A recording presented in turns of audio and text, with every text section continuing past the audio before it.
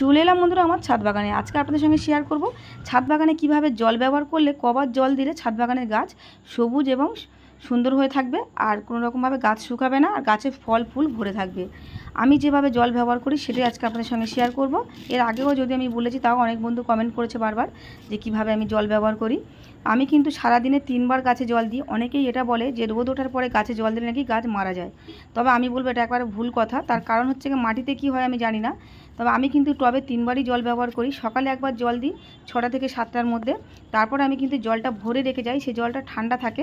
সেই জলটা আমি আবার 1:30 থেকে 2টোর মধ্যে ছাদ বাগানে এসে আবার প্রত্যেকটা টবে দিয়ে যাই অল্প করে করে। তাহলে কিন্তু আমার গাছটা একটুও শুকায় না এবং হলুদও হয় না, আর গাছের পাতাগুলো একদম সবুজ থাকে। আবার বিকেলে আপনি রোদ পড়ে যাওয়ার পরে যে কোনো টাইমে জল দিতে পারেন। তো এভাবে কিন্তু আমি গাছে জল দেওয়াতে আমার ছাদ বাগানের গাছগুলো কিন্তু সত্যি খুব সুন্দর হয়ে রয়েছে। তো আপনারা চাইলে এভাবে কিন্তু গাছে জল ব্যবহার করতে পারেন। আর ভালো লাগলে চ্যানেলটি প্লিজ সাবস্ক্রাইব করে দিও।